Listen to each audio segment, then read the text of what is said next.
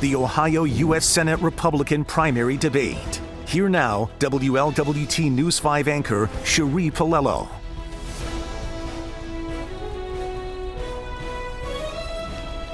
And good evening to you. Thanks for joining us in the Wiltz Theater here on Miami University's campus. We are so thrilled to be here with you again and proud to be partnering with Miami University to once again bring you another debate that matters to you in the races that determine Ohio's future. We couldn't do this without all of the support we've been getting from Miami University, from student volunteers to the logistical support to the very stage that we're standing on here tonight. It would not be possible without our partnership with Miami University. We have a busy night, a lot to get to, and not a lot of time. So let's get right to our opening statements for you tonight. And by virtue of a random draw, Jane Timken will be giving the first opening statement. Good evening. Good evening. I'm Jane Timken. I'm running to be your next United States Senator to fight for the America First agenda. As most parents know, when something threatens your children, you fight. Well, I'm a mom on a mission to take our country back, to fight for American jobs, border security, and parents' rights in education. The question in this race is, who do you trust to fight for the America First agenda? We've got a lot of show horses in this race, but I'm a workhorse, someone who's led with grit and grace to get things done, and I've done just that. In 2016, President Trump asked me to take over the Republican Party because John Kasich had driven it into a ditch.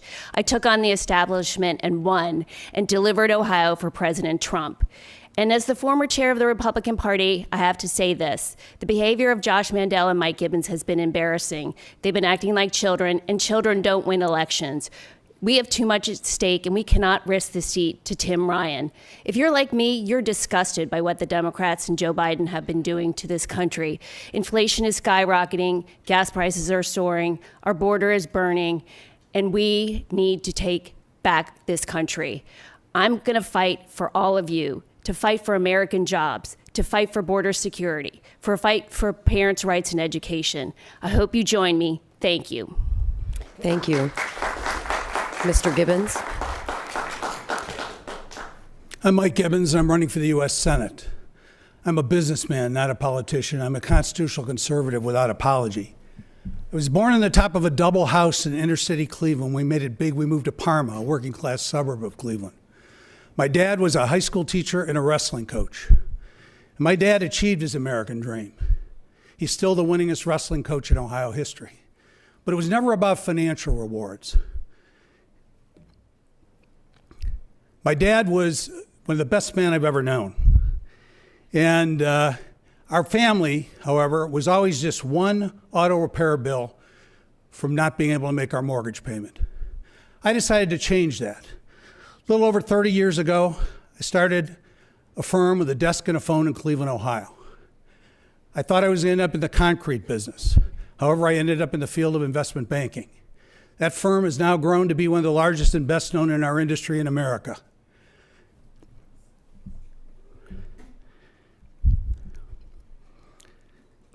If you send me to the United States Senate,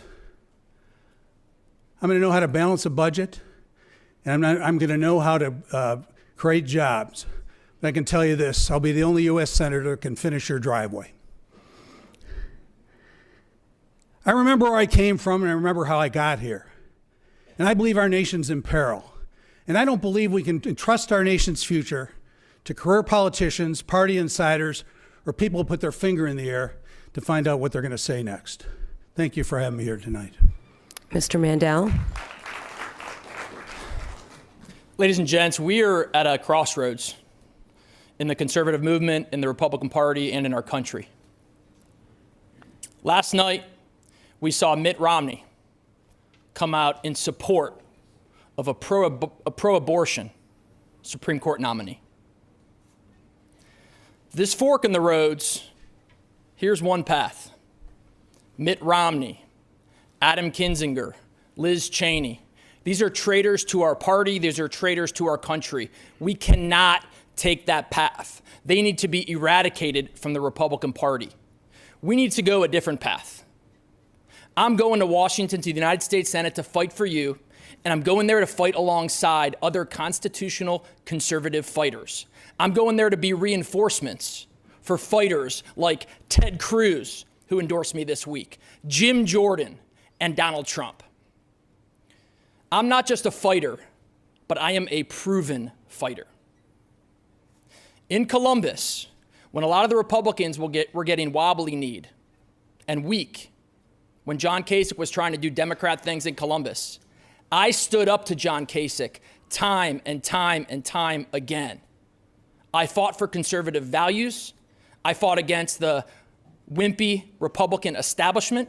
And when I get to Washington, I will not only be the worst nightmare of the radical left and the Democrats like Schumer, Pelosi, and Biden, but I will be the worst nightmare of these weak, wimpy, squishy rhino Republicans in Washington as well.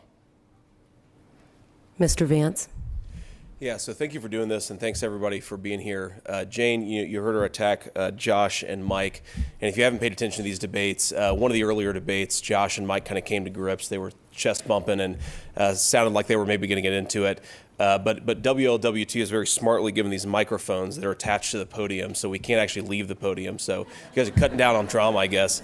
Look, I think about what this country is going to be and what world my children are going to grow up in.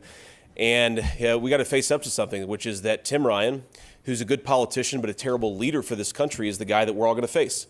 He's the guy who's going to run on the Democrat side. And for 20 years, Tim Ryan has failed to protect American jobs, to protect Ohio values, and this guy wants promotion, right? Only in politics can you fail at your job for 20 years and expect a promotion. That's what career politicians like Tim Ryan are going to do. At the end of the day, we need to send somebody who can actually beat him and can deliver a strong conservative message that represents the people of Ohio well. And at the end of the day, I hope what you'll get out of this debate is that I answer the questions directly. I offer some substantive responses. I don't just repeat the same talking points and same slogans that you hear from politician after politician. I'm going to level with you. I'm going to speak to you like you deserve respect, because you do. And I hope at the end of it, you'll want to vote for me. I'm J.D. Vance, running for Senate. I'd love to have your support. Thank you. Mr. Dolan.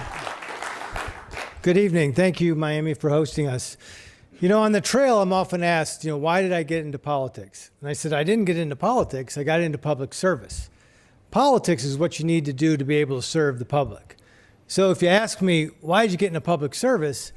I would say basically it's the influence and example of my parents. They each have a unique story, but together they achieved the American dream. They found financial success, and they raised 6 children.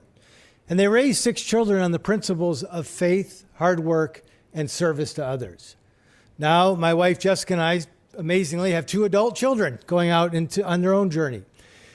Sam, who's in the trades, and Maddox, who's in college. And we, of course, wish them success, but we also want them to know that success is defined by how much time, talent, and treasure you give in the service of others. That's why I'm here tonight, to serve you, to serve our kids, to serve your grandkids, because we have a Democratic administration that's taking away that dream, that is saying going to our enemies to say, you create our energy rather than American workers. That is just redefining what a country is by having open borders. I want to go to Washington not just to defeat today's crisis, but bring my conservative leadership, my conservative results, and make sure that we are prepared for our opportunities of tomorrow. Thank you. All right, we have a lot to get to tonight, so let's get straight to our question and answer segment. And Mrs. Temkin, you will answer first. Let's talk about this economy here. Inflation is up.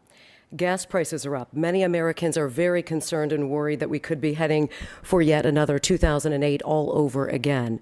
Tell us about your specific economic plan and how you're going to keep us out of a recession. Yes. Mrs. Temkin. Well, thank you. As a mom on the front lines and a mom on a mission to take our country back, inflation is affecting those who can least afford it. It is expected that inflation is costing the average family almost $300 more a month, which means gas and groceries and diapers are costing so much more. It's putting so many families at risk. So we need to combat inflation. Look, I was in the trenches fighting for President Trump's America First policies because they were working for Ohio families. We had record low inflation, and now inflation is up to 8%. We need to stop the attacks on our energy and our oil and gas industry. One of the first things Joe Biden did was cancel the Keystone Pipeline. He said he wants to eliminate the fossil fuels. It is causing our inflationary environment when it costs. Our gas prices are soaring. The other thing the Democrats are doing is spending too much money. Joe Biden and the Democrats have spent almost $6 trillion, taxpayer dollars. That influx of money into our system has caused prices to skyrocket. We need good fiscal policy that is energy independence, that stops the spending. The Democrats are ruining our country. Their policies are failing our families. I will stand up and fight for your family to be able to afford gas and groceries and make sure that you have job opportunities that the Democrats are hell-bent on eliminating. Mr. Gibbons? The definition of inflation is too many dollars chasing too few goods. And what's happened, particularly in the Biden administration, most recently in the Biden administration, we spend too much money. We now have a $32 trillion deficit, or actually a national debt. Inflation is a natural result of spending too much money and creating too many dollars in the system. The monetary base has grown 30% in just the last 2 years. There's no way you can fight inflation right now other than to start raising rates and trying to push this economy back down. We've created the problem that we have. It's been largely the Biden administration. What Joe Biden has done with our energy independence, by eliminating it, by canceling the Keystone Pipeline, by giving a message to fossil fuel CEOs across this country that they're no longer welcome, that they want them to go bankrupt. They've not made the investments that they would normally make. They've not taken the risks they would normally take. Consequently, we've had a great reduction in production of oil and gas. When there's less supply, the demand doesn't change and prices go up. That's that's also created more inflation. It's the Biden administration. We need to change spending. We need to change the policy about fossil fuel. Thank you. Mr. Mandel. I think this is one of those issues where experience matters. As I stand up here with four of my friends on stage, I have managed more money than all of these people combined. Managed a $22 billion investment fund as state treasurer of Ohio, managed over $200 billion of pension custody for workers all over the state of Ohio, helped take Ohio from an $8 billion budget hole to a $1 billion surplus. And then what I said, in order to make government more efficient and to grow the economy in Ohio, we need to shine sunlight on spending and cut out a lot of this waste. And so I had this idea to take the state of Ohio's checkbook, your tax money, and put all of it online. I said the taxpayers have a right to know how the money's being spent. You have a right to know how your tax money is being spent. And I earned Ohio the #1 ranking in America for fiscal transparency. Ladies and gents watching at home, I'm going to do the same thing in Washington. In order to bring down the cost for you at the grocery store of buying meat and milk and bread, we got to change and stop the reckless spending in Washington. Let's bring transparency to the process in order to do that. In order to bring down the cost for you of filling up your gas tank at the pump, we need to drill for oil and gas here in America, not depend on radical Islamic regimes like Saudi Arabia and Iran and Russia. Let's depend on Ohio and Pennsylvania and West Virginia. And finally, we got to take on China. The Chinese Communist Party will have no more of a fierce opponent than me in the U.S. Senate. I will fight like heck every day to protect your jobs here in Ohio and to bring American jobs back from China into the state of Ohio. Thank you. Mr. Vance. Look, we have an inflation crisis for a few simple reasons, right? Number one is because Joe Biden is spending money that we don't have. You spend and spend and spend. You print and print and print. That forces the cost of all the goods and services we rely on to go up. Something else that's going on. One of the things that's happening in our economy right now is it's hard for people to find workers. And we pursued a lot of policies over the past 18 months that puts good workers out of good jobs. For example, healthcare costs are skyrocketing. So why are we firing a bunch of nurses in this country because they don't want to get the vaccine, even though a lot of them have already had COVID? Okay, we're not getting enough meat and bread and milk to our grocery store shelves. That's one of the reasons food is going up. Why are we firing a bunch of truckers because they refuse to get the vaccine mandate? The vaccine mandate has been one of the things that's driven up the cost of goods. Of course, it's been a terrible affront to our liberties as well. But we got to stop these ridiculous, unconstitutional mandates. Some companies and some people are still exposed to them. And then the final thing, Josh mentioned a little bit, China, right? The whole bargain that was offered to the middle class 20, 30 years ago by establishment Democrats and Republicans was if we ship all of our manufacturing base off to China, we decimate middle class jobs, things are going to be cheaper. Well, it took like a few years to reveal itself to be a total farce. Things are more expensive. We still have a decimated middle class. We still don't have enough self-reliance. We got to make more of our own stuff in this country, make our own pharmaceuticals, make our own steel, make the things that are necessary for our people to live prosperous lives. We do that, we'll start to get inflation under control. Mr. Dolan. The first thing I would do is hold the Biden administration accountable. He spoke to the nation a few weeks ago for over an hour, and not one time in that entire hour did he mention the cost and the burdens that American families are feeling because of his inflation. And they're also trying to fool us. It's predicted that the first quarter GDP, the growth, is going to be 2% or less. And the inflation now is at 7.9%. So you're working hard out there, Ohio. But this administration is just taking more and more of your money. It's a tax worth $5,200 on each of you. So we've heard some solution, end unnecessary spending, get back to energy independence, make sure supply chain issues, create new economic allies. You take on China by creating new trade agreements, new alliances with other nations who are less dependent. But it's also important that we send somebody to Washington who's done it. Republican leadership has put me in charge of 3 budgets. I've been the House Finance Chairman and I've been the Senate Finance Chairman. Each time I've delivered a balanced budget that cut your taxes, that expanded school choice, that basically said, Ohio, we're going to do whatever it is to reduce taxes, reduce regulations, to provide the proper infrastructure, to make it attractive to be here. We want to bring jobs back to the United States. You better send somebody who's got the experience and the know-how to make sure government is working for you, not against you. Thank you. We're going to get back to local issues, but I do want to talk about a world crisis that we're dealing with day in and day out right now. And many of you have criticized President Biden's handling of the war in Ukraine, but you also say that you don't want boots on the ground. You don't want to send in troops. So my question is, how far would you go, and what would you be doing differently, Mr. Gibbons? Well, I think he's doing some of the things that are right. The problem was he did them way too late. When 190,000 troops were assembled on the border, they weren't going to summer camp. He had the opportunity to provide armaments much earlier, and he failed.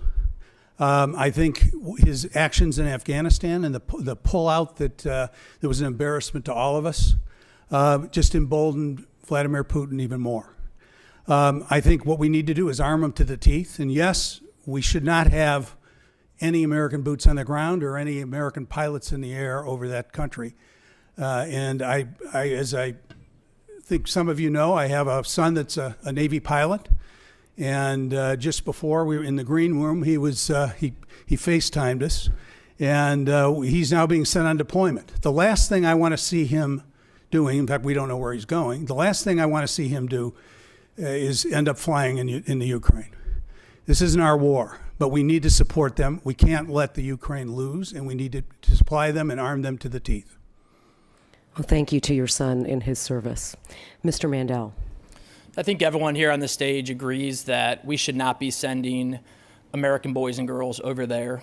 As a Marine Corps vet who did my small part on a couple tours in Iraq, sending young men and women, whether it's on the ground or in the air, to this fight with Ukraine and Russia, for me, is just off the table. What are some things we can be doing and should be doing? Sending defense systems. I talked to a friend of mine here in Ohio who's a Ukrainian American who's in contact with a lot of folks over there, and some of the things they need: Patriot missile systems, Avenger missile systems. Tactical radios is a big thing. There's so many civilians that they're training on the fly to be warfighters, and they're communicating via cell phones, and the Russians are listening to them. And so tactical radios is actually a big need over there. Flak jackets as well. But the most significant need is surface-to-air and surface-to-sea type defense weapon system. Listen, we can't talk about Russia without talking about China. On February 4th of this year, Vladimir Putin flew to Beijing. He met with Xi, who's the leader of the Chinese Communist Party. They put out a joint statement to the world. And in it, there was one line that was addressed to all of us in this auditorium and everyone in America watching at home. And it said this: we, the Russian Federation, we, the Chinese Communist Party, are focused on, quote, the redistribution of power in the world. Ladies and gentlemen, watching in your living rooms, every single day, Xi, the leader of the Chinese Communist Party, wakes up thinking about the downfall of America and the rise of communist China. We need senators who understand that and will take on China with every ounce of their being.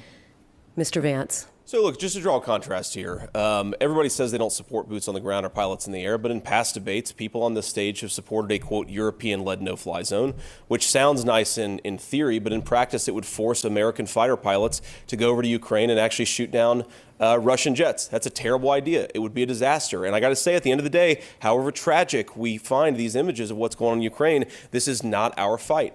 I worry about something with Ukraine. I worry that it's a massive distraction. The focus on Ukraine is a massive distraction from problems that we have here at home. The same people who for 4 years told you that Donald Trump was a Russian stooge, the same people who told you that Hunter Biden had no corrupt business dealings in Ukraine are now the same people telling you we've got to escalate Russia-Ukraine. It's a massive distraction. The American media spends 20 minutes on the Ukraine crisis for every 1 minute it spends on inflation. It spends way more time on Ukraine than it does on the southern border. And right now, as we talk about Ukraine, Joe Biden is talking about rescinding Title 42, which would turn the border invasion that we have in this country right now into something that's 2 or 3 times worse than it is even right now. So at the end of the day, we've got to focus on our own problems at home. I'm fond of saying, because I think it shows how corrupt the priorities of Democrats and Republicans in Washington are, is that for 4 years, Donald Trump asked Congress for $4 billion for a U.S. border wall. He never got it. They gave Joe Biden $14 billion for Ukraine aid in a week. We've got to focus on our problems here at home. Our people are dying, and we've got problems closer to home than 6,000 miles away we have to solve. Time. Thank you. Mr. Dolan? So I know who doesn't think this is a distraction. The good people of northeastern Ohio, where we have thousands of Ukrainian folks, and you here in Cincinnati, where Kharkiv is your sister city. And if you're paying attention to what's happening in Ukraine, Kharkiv is getting bombed by Putin. But their spirit is strong. They're singing their national anthem to stand up to Putin. So imagine how disheartened they must be when a candidate for the U.S. Senate says he does not care at all about what happens to Ukraine. We are America, and the job of the federal government is to defend you. And we can meet crisis when they're at home or abroad. This is a national security, because China is watching what's happening in Ukraine. And if we aren't standing strong with our allies, if we aren't providing humanitarian aid, if we aren't providing the necessary military so that Ukraine can defend themselves, do you think Xi's going to be nervous about going into Taiwan? Do you think Putin's going to say, well, I can go into the next country now? They will. It matters. It also matters here at home, not just because of the human loss, but because it's going to impact our economy. Talk to any farmer about what's happening in Ukraine, what Putin did to them, about what they're expecting with their ferticide, or whatever the word is, and wheat. It matters. It matters what happens in Ukraine. I don't want to put boots on the ground, and I'm not ready to go to no-fly zone, but I am willing to make sure that everyone, China and Russia, know America is there. Thank you. Mrs. Timken? The situation in Ukraine was invited by Joe Biden's weakness. It was preventable. We know that the Ukrainians were asking for sanctions and military equipment long before Putin invaded Russia. We need to stand up for the Ukrainians and provide them with the military equipment so that they can remove Putin and Russians from Ukraine. As a mom, watching the Russians bomb a maternity ward, watching dead people lying in the street, it's heartbreaking. But we need to care about our national security. And by the way, we can walk into chew gum. As a senator, we need to talk about things about protecting our national security and our border security and our energy independence. It's critically important that we get our energy independence back, because it affects our national security with Ukraine. Putin is selling oil, and he's continuing to sell energy and coal and oil to the rest of the world. We need to put full court sanctions on Russia. It has to happen sooner rather than later. The sanctions have not been effective. Putin is still able to fund this war. We need to put more sanctions on Russia. We need to provide the Ukrainians with the military equipment that they've been asking for, surface-to-air missiles, defense, ammunition, to make sure that they can push Putin out of Russia. But at the end of the day, it's about our national security and our importance in the world. Thank you. Let's talk about crime. The crime rate in many cities, including Cincinnati, is off the charts right now. Just last night, we had 3 little kids, one as young as 7 years old, caught in gunfire in Covington, Kentucky. Last weekend, we had 2 mass shootings again, one out in Sacramento, another one down in Dallas. Recently, Ohio passed a law allowing people as young as 18 to buy a gun and carry it without training. Look, we know you all support the Second Amendment, but even many police officers are opposing this new law. So my question to you is, do you support the change? And if so, what do you say to the critics who say this is just making the crime problem even worse? Mr. Mandel, you can begin.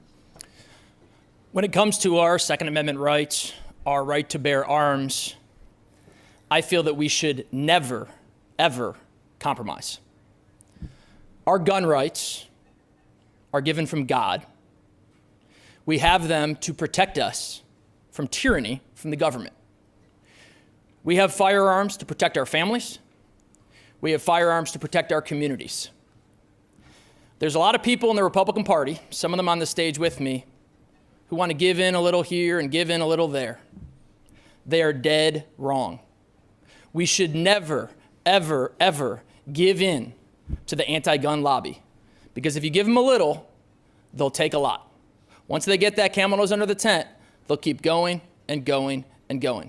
So when I describe my position when it comes to Second Amendment gun rights, it is no compromise, never, ever compromise.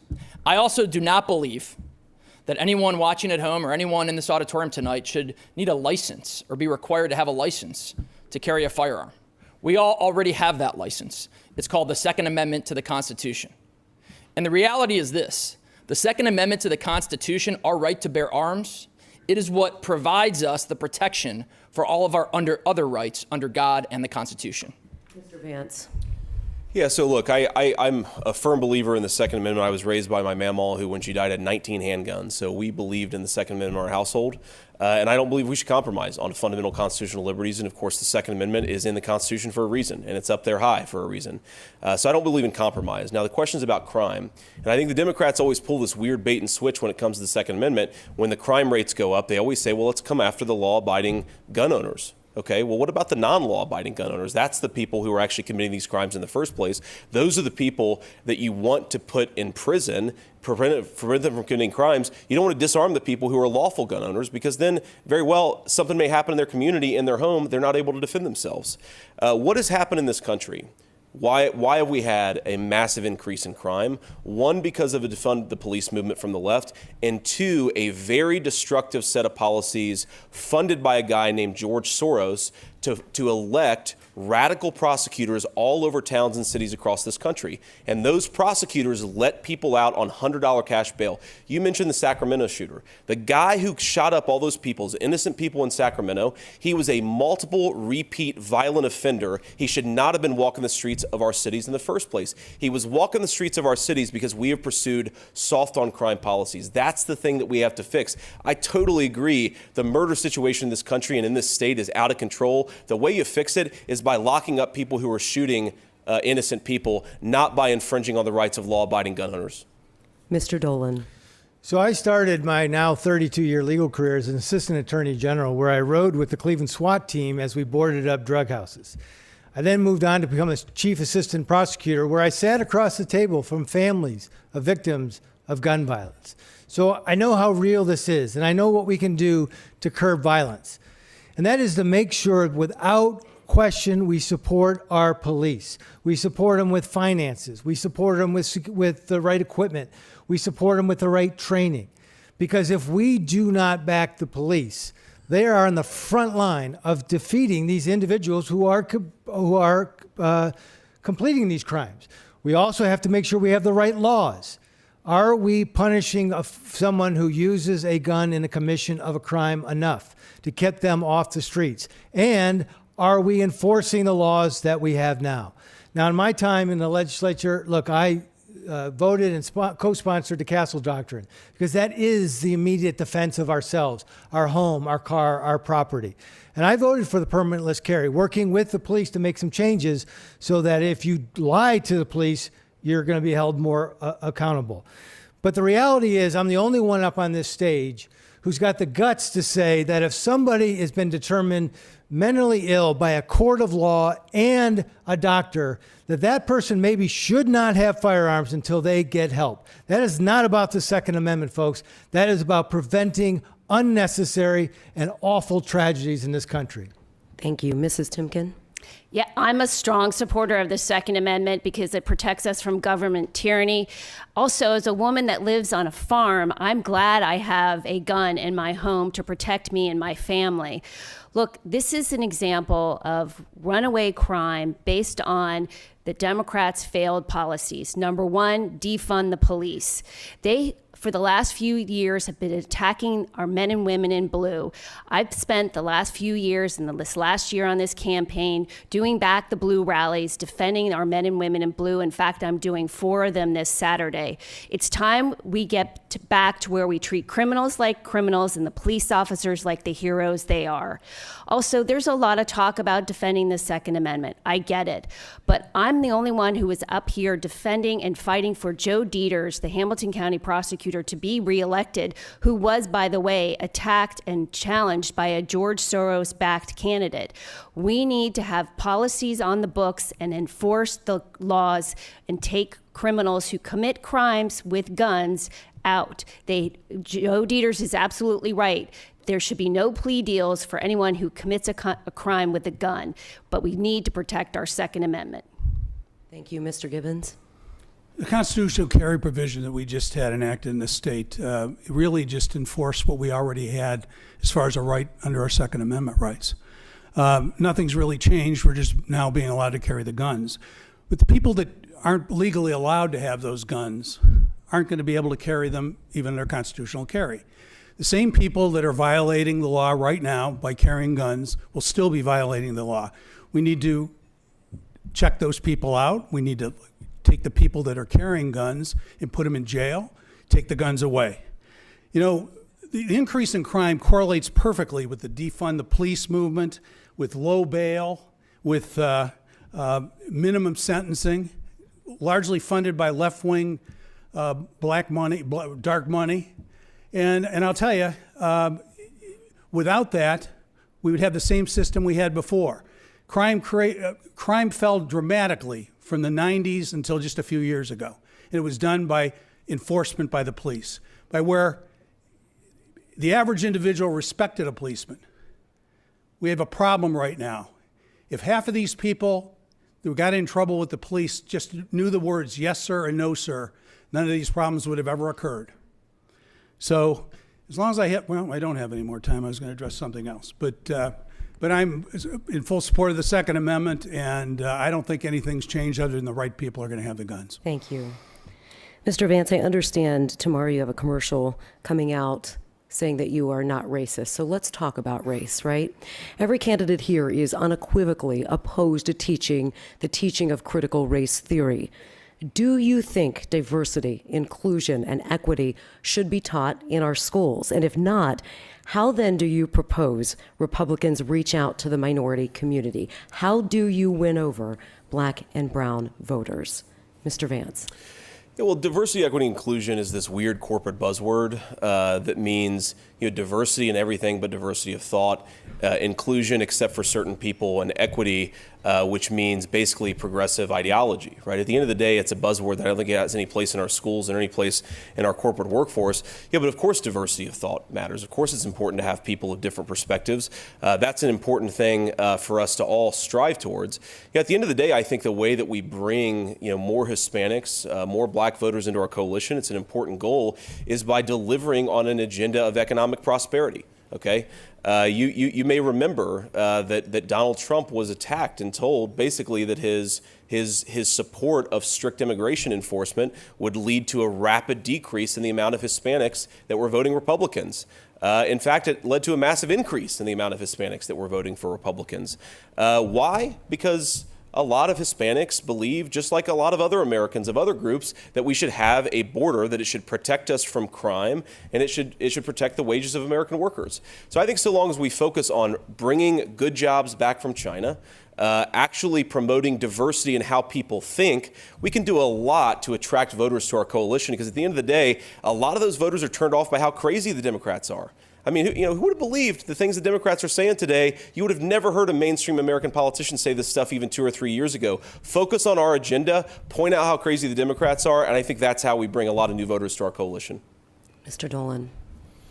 Well, I didn't run that commercial that JD's running, so I don't know if that the first part of this question does not apply to me. But this is what I believe, that America should never, ever be teaching that we want equality in results.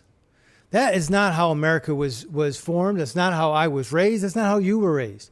We do, however, want equality in opportunity, and you do that by providing jobs, making sure that people feel safe in their homes, making sure people feel that they're properly educated, that they have avenues, that if it's not a 4-year degree, it may be a skilled trades like my son.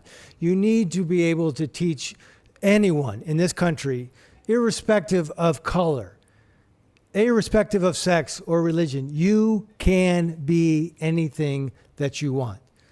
That's what this country is about. Now, I do have to go back a little bit, though. Last question, we all talked about law enforcement.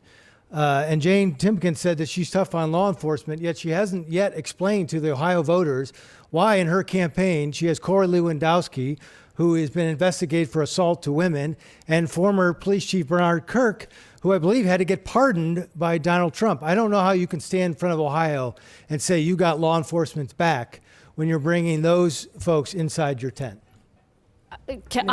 Yes. No. So first of all, Corey Lewandowski is a friend of mine. He knows that I've been in the trenches fighting for the America First policies because Corey came into Ohio and campaigned for President Trump with me.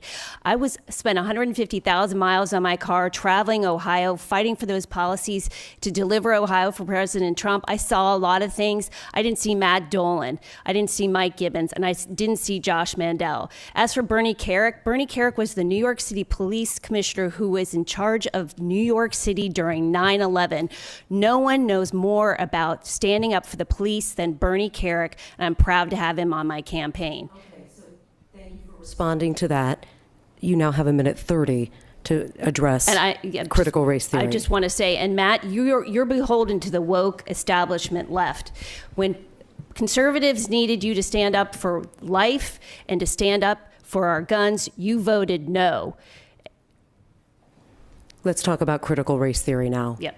So look, I believe in the teachings of Martin Luther King that we are to judge each other based on the content of our character, not the color of our skin. And diversity, equity, and inclusion is another woke buzzword for critical race theory. Education is about education, not indoctrination. I've spent the last year talking to parents and families and school board candidates who've been standing up, fighting for their children's rights in education. I've heard stories from parents who are telling me about a 14-year-old girl who came home from school saying, "There's nothing I will do. I will always be a racist." In order for this country to be competitive globally, to have jobs, we need a skilled workforce to focus on the fundamentals of reading, writing, arithmetic.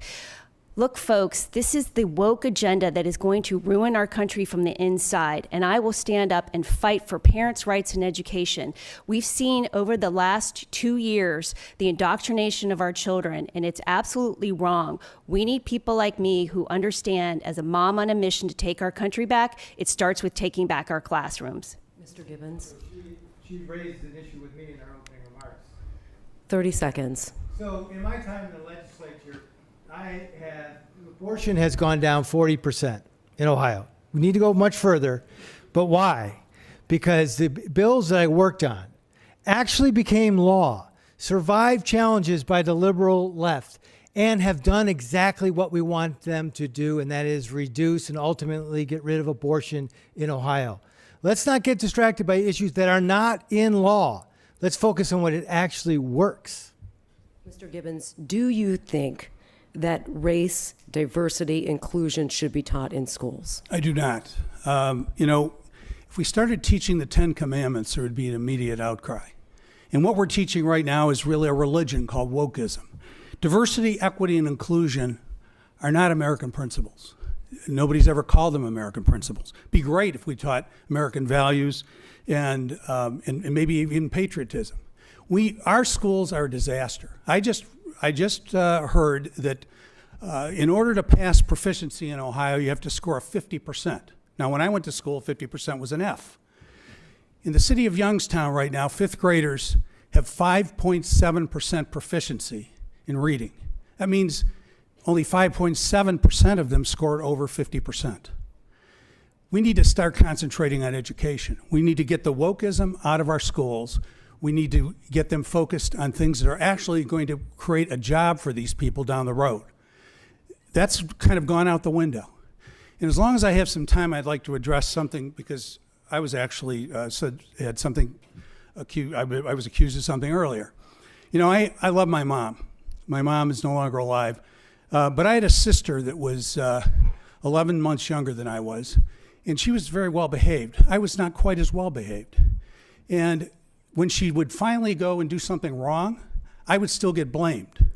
And that's exactly what the mom on the mission over here is doing with me, with Josh.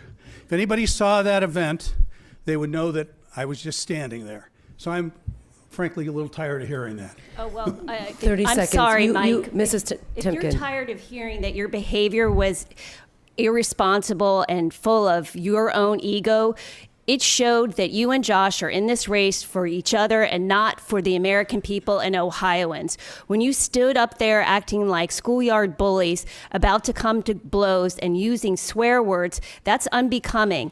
The American people and the people of Ohio deserve better. It's a privilege and honor to run for the United States Senate. I will always lead with grit and grace.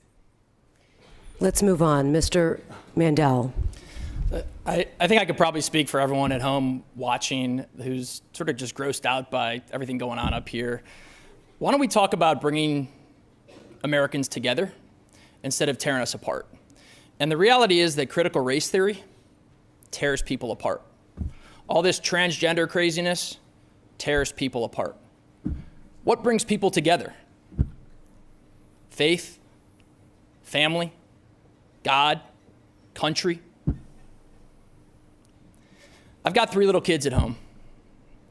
Gideon, who's 5 years old, Judah, who's 7 years old, Rosie, who's 8 years old. I'm teaching them, when you go to a restaurant, you treat the busboy the same way as you treat the owner, like a VIP. If we go to someone's company, you treat the guy working the machine the same way as the person who owns that company, like a VIP. It doesn't matter what color skin they have. Doesn't matter what religion they are. Doesn't matter where they came from. Doesn't matter how much money or little money they have. We're all Americans. And I think what the left is trying to do, and no disrespect, but what the media is trying to do as well, is divide us. And what we need to do as conservatives, as patriots, as people who believe in the Trump America First agenda, is go on offense and take on all the hate from the left and stand up for what we all are, which is Americans. Okay.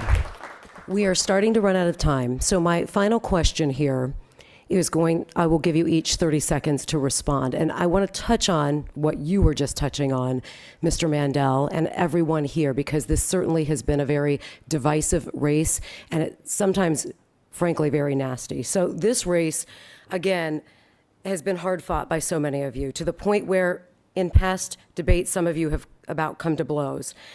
Very little, a lot of people would argue, not from the media, but from the public, gets done in Washington unless you can work together, unless you can compromise. So my question is, and again, 30 seconds, how can you be a senator for all Republicans and all Ohioans? Mr. Dolan, 30 seconds. Because I have achieved so. The last budget I just did cut all your taxes, reduced your regulation, expanded school choice, reduced abortion, and funded the police. And it was labeled by the Ohio Republican Party the most conservative budget in Ohio legislative history. Very, very proud of that. Half the Senate Democrats voted for it as well. We can achieve Republican principles and execute on Republican ideas without destroying the character of people who disagree with us. Mrs. Timken. I've always said I will lead with grit and grace. As chair of the Ohio Republican Party, I took over a very divided party. They were fractious. I unified Republicans. In the same way, I will reach across the aisle to get things done for Ohio and the American people. I put 150,000 miles in my car, traveling Ohio, talking to Ohio's farmers, families, businesses, and communities. I understand what you want in your senator. It's for your family to have jobs and opportunities so that you can have a life that you can put food on the table and have a wonderful American dream. I will always be fighting for you, and I will not compromise my conservative convictions, but I will go to Washington and make sure that I deliver for all of you. Time. Thank you. Mr. Gibbons. I don't believe in compromise with socialists, but I do believe in the power of persuasion. And I've spent my entire career convincing CEOs all over the world that my ideas were the right ideas. I think I've been practicing for the United States Senate my entire career. In order to get these people to understand what the truth is, you have to have the facts and you have to have the truth. And that's what I believe I've been able to convince people all over the world my entire life. Mr. Mandel. I think it comes down to core values. For me, my core values come from the way I was raised in my family and the way I was raised in the Marine Corps. In the Marine Corps, our core values are honor, courage, and commitment. And in my family, I was brought up by parents who love me, but also were tough on me. And I was also brought up by grandparents who survived the Holocaust and one who served in the U.S. Army Air Corps. And they taught for me love of country, love of my fellow man, love thy neighbor. And those are the type of core values, along with my Marine Corps values, that I'll take with me to the U.S. Senate. Mr. Vance. Look, I think it's very possible to get things done in Washington. You just got to remember two important facts. One is that most of the people in this country are good people, but the political leadership is totally broken. Okay, let me just give you an example. A piece of legislation moving through Congress right now, sponsored by Josh Hawley, great senator from Missouri who's endorsed me, that would ban members of Congress from trading individual stocks. It's a great way to end corruption in this country, where you got people like Nancy Pelosi who buy a stock, who get rich off of it, who use their public trust to get wealthy for themselves. You know who hates that legislation? Well, of course, Nancy Pelosi, but also, frankly, a lot of Republican leaders. So if you're willing to actually challenge the leadership of your own party, the political class in this country, you can get things done. It's very possible. Thank you. That ends the question and answer portion of our debate tonight. Let's move on to closing statements. You will again have a minute 30, and Mr. Dolan, you have the first closing statement. Okay, thank you. Thank you, everybody. Rob Portman surprised everybody last January when he announced he wasn't running for this seat. And within weeks, my opponents were already in the race. I was doing my job serving the people as a state senator in Columbus, serving on as finance chairman. And then when I came out of the budgets in June, I began to pay attention to this race and found out that Ohioans weren't hearing what they wanted to talk about. Ohioans want to know that someone's going to go and fight for their economy. Ohioans want to know someone's going to go fight for their security. And I got in this race in September. And I have been laser focused and consistent throughout. It's about Ohio, our security our international, our border security, our neighborhood security, and our financial security. And there have been many opportunities in this race for anyone but me to stand up and say they're fighting for Ohio. And one of them is just a short ride down the highway. And that is, for years, Democrats and Republicans have been saying, we've got to fix the Brent Spence Bridge because it's so important to our economy. 3% of our GDP goes across it. And yeah, I've been stuck in that traffic along with you, fellow Southwestern Ohio folks. I am the only one on this stage who said when Rob Portman struck that deal, which did not raise our taxes, did not increase our debt, but brought back needed funds to Ohio to create thousands of jobs in the short term and create economic prosperity and access in the long term, I am the one going to Washington because Ohio matters. Thank you. Mr. Vance? Look, I think it's time for Republicans to wake up and realize what time it is. We've got a lot of crazy stuff happening in this country. Just a few news stories that I've read in just the past few weeks, or stories I've heard when we go out and do these town halls all across the state of Ohio. I've heard from doctors who are worried about losing their license or getting fired from their job because they don't want to get a vaccine to a 4-year-old, 5-year-old kid. I've heard about corporations firing people or threatening to fire people because they admit that they donated to a politically conservative cause. We all know that social media companies, many of whom are in bed with the communist Chinese, are censoring conservatives, making it hard for conservatives to actually speak their voice in this country. On issue after issue after issue, the old way of doing politics, even in the Republican Party, is just not going to cut it. We are in a new world, a new situation. We have new enemies, we have new problems, and it's time for Republicans to wake up and figure out what time it is. No more of the old slogans, no more of the old establishment talking points. We need to send people to Washington, D.C. who are going to fight against the big corporations that are destroying our values, fight against the bureaucracy that's making it hard for Americans to live their lives, fight against the Biden administration, which has opened our border to a flood of illegal people and illegal drugs. It is time to send people who know what time it is. That's me. I'm J.D. Vance. I'd love to have your help. Thank you. Thank you. Mr. Mandel. We've been on this stage for an hour, and it's shocking to me that not one question from the moderator and not one mention from my opponents about stopping abortion. And so rather than using my last 90 seconds to talk about a bunch of different issues, let me talk about the importance of protecting life. For me, it's not just talk. I've been an activist in the pro-life movement most of my adult life. When most of the Republicans were afraid to be for the heartbeat bill in Columbus, I was the first statewide official to stand up and fight. And you know who we were fighting? We were fighting John Kasich. Not just the pro-abortionists, we were fighting John Kasich as well. If we don't fight to overturn Roe v. Wade, if we don't fight to stop abortion, nothing else matters. And what I've learned as a leader in the pro-life movement is that there's a big difference between friends and champions. A friend is someone in Columbus or in Washington who you got to twist their arm and maybe at the end of the day they'll vote the right way. A champion is someone like me, like Ted Cruz, who's endorsed me, like Jim Jordan. Leaders who will wake up every single day living and breathing and sleeping this issue, waking up every day to stop the evil of abortion and to protect life from conception to natural death. If you're watching at home, if it's an issue you care about, if you're passionate about protecting the unborn, then I am your guy, Josh Mandel. Mr. Gibbons. I'm a businessman and not a politician. And unlike politicians, I tell it like it is, and I've been consistent. That's probably why Rand Paul endorsed me for the U.S. Senate. When I get to Washington, I will not owe anything to anybody. I cannot be bought. I've already achieved my American dream. So you've heard me answer a few questions tonight, but you don't know a lot about me. But before we leave here tonight, I want to tell you what I believe. I believe in America and the America First agenda. I believe in the sanctity of human life and the right to keep and bear arms. I back the blue, and I believe in law and order. I believe in peace through strength. I believe a nation without borders is no nation at all. I believe in liberty, personal responsibility, and that America is still the envy of the world. I believe America is the greatest country in the history of the world. And most importantly, I believe our rights come from Almighty God and not from government. I'm Mike Gibbons. I'm running for the U.S. Senate. Mrs. Timken. Thank you, WLWT, for hosting this debate tonight. And thank you to the members of the audience for being here. You're on the front lines of taking our country back.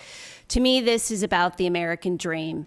My grandparents came to this country with little to no education and for their own American dream. My grandfather worked in a rubber factory. My grandmother was a maid. My mother came to this country from Scotland to pursue her own American dream. Because of their hard work and values, I was able to live the American dream. And I'm in this fight for you and your children and grandchildren to have the American dream. But if we're honest, it's at risk.